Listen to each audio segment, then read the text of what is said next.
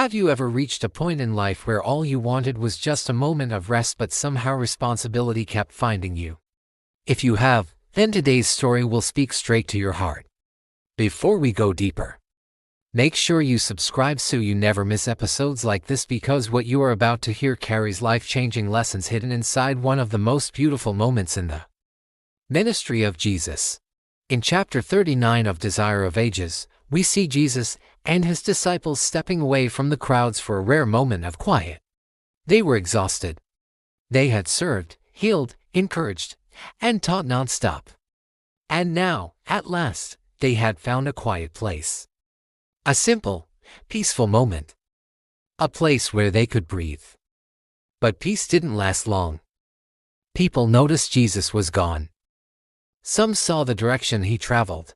Others asked questions, "Where is he?" Before long, small groups became large groups, and large groups became thousands, men, women, children, moving with one desire: to find Jesus. And here's the heart-shaking part: even though he was tired, even though the disciples longed for silence, Jesus looked at the approaching crowd with compassion, not irritation. Something powerful was about to unfold, but not yet. Stay with us. From the hillside, Jesus watched the crowd moving toward him, slowly at first, then in waves. Families carried their children. Travelers held bags from long journeys. Some were sick, some hopeful, some desperate. 5,000 men, the Bible says, besides women and children. That means this wasn't a small gathering, this was a sea of humanity. The disciples saw inconvenience. Jesus saw a need. Even though he was pale from hunger and fatigue, Desire of Ages, chapter 39 makes it clear, he was moved with compassion because they were like sheep without a shepherd. No one else taught them truth. No one else understood their pain. No one else offered hope. So, instead of sending them away, Jesus stepped forward.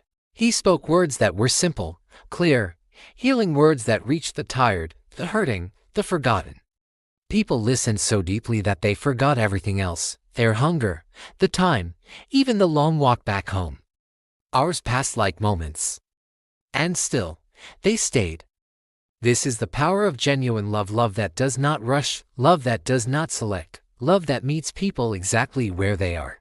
Before we continue, remember to subscribe if you want more deeply moving Bible-based episodes like this. But this peaceful moment was only the beginning.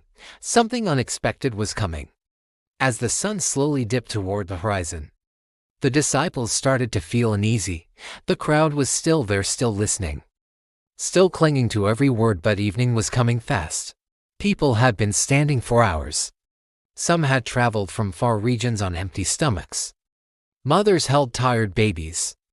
Children leaned against their parents' sides. But no one wanted to leave. How do you walk away from the only hope you've ever found?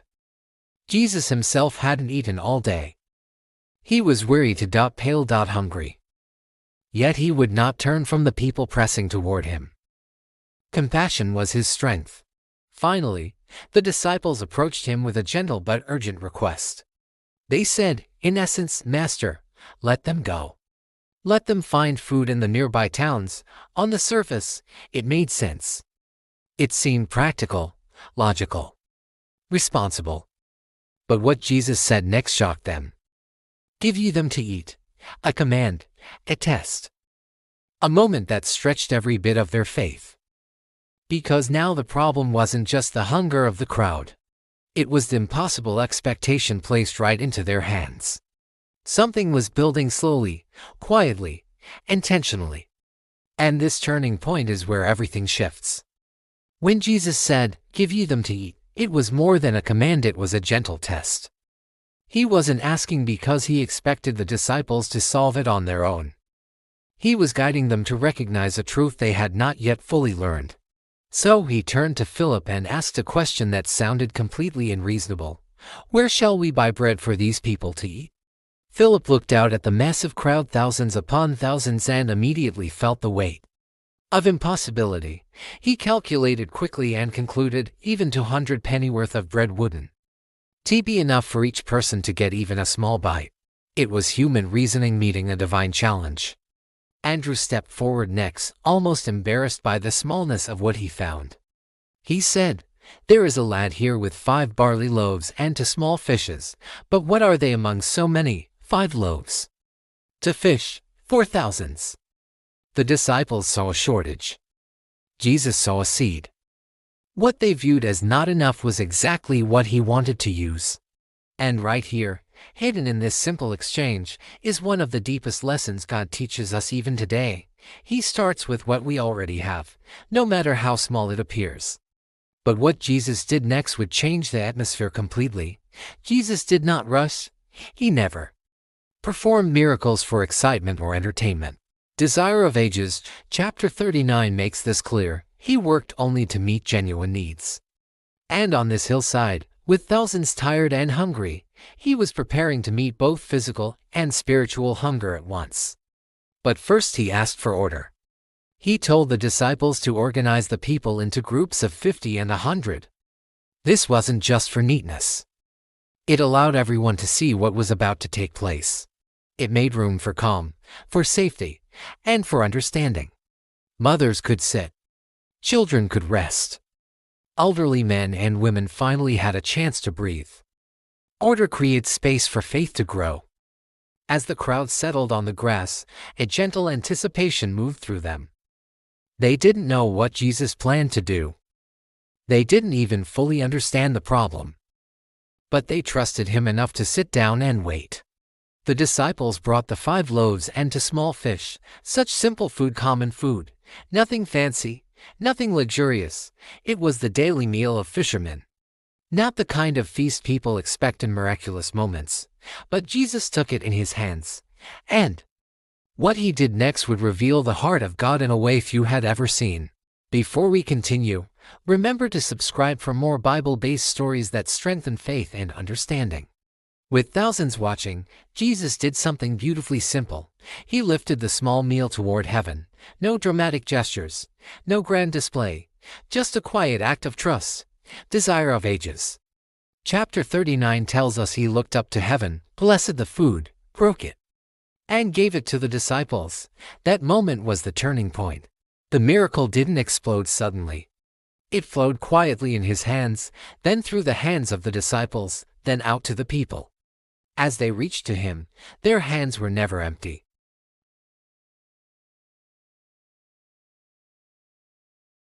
This is how God still works today.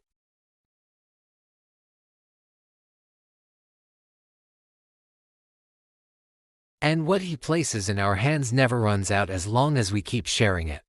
The crowd ate until they were full. Not a taste. Not a small sample. They were satisfied, men, women, children, everyone. And for many, it was the first time in a long while that they had eaten a meal without fear or struggle. But the lesson wasn't only in the miracle. It was in what Jesus would teach them after the baskets were filled. You don't want to miss that part. If you're finding this impactful, make sure you subscribe for more faith-building stories. When the very last person had eaten, Jesus gave an unexpected instruction: gather up the fragments that remain, that nothing be lost. Think about that. The one who had just fed thousands with heavenly power still cared about leftovers. He who could create more food in an instant still valued every remaining piece. The disciples moved through the crowd. And as they collected basket after basket, 12 baskets in total, the people watched with amazement.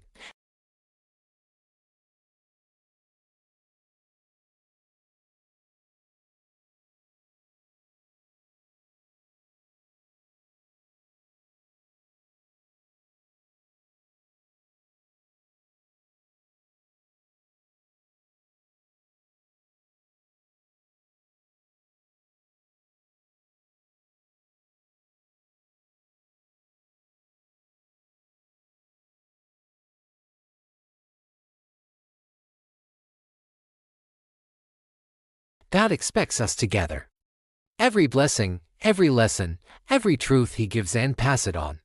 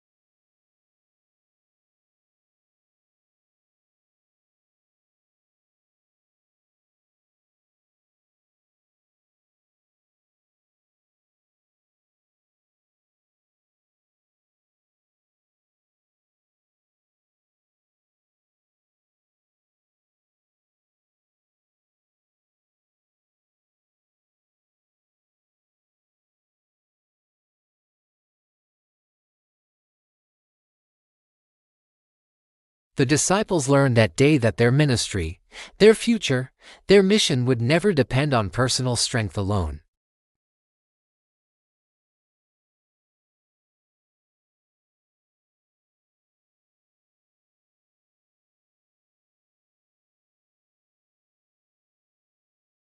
The sun had nearly set. But the lesson Jesus had given that day would echo for eternity. Desire of Ages, chapter 39 makes it clear. The miracle of the loaves was not just about feeding hungry bodies, it was about teaching hearts to trust God completely. Jesus had shown that nothing is too small when placed in God's hands. The boys' 5 loaves and 2 fishes, the disciples' willingness to serve, and the crowd's readiness to sit and receive all became instruments of heaven.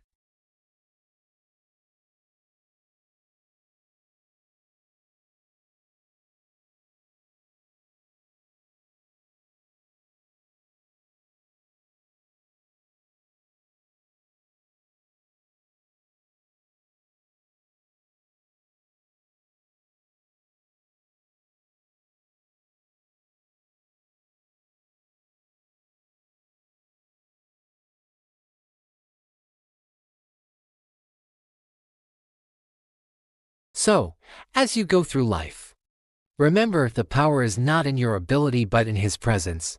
Bring your little to Jesus. Trust Him, serve others, and watch as He does the impossible. If this story inspired you, make sure to subscribe and share it with someone who needs encouragement today. God can turn their little into much too.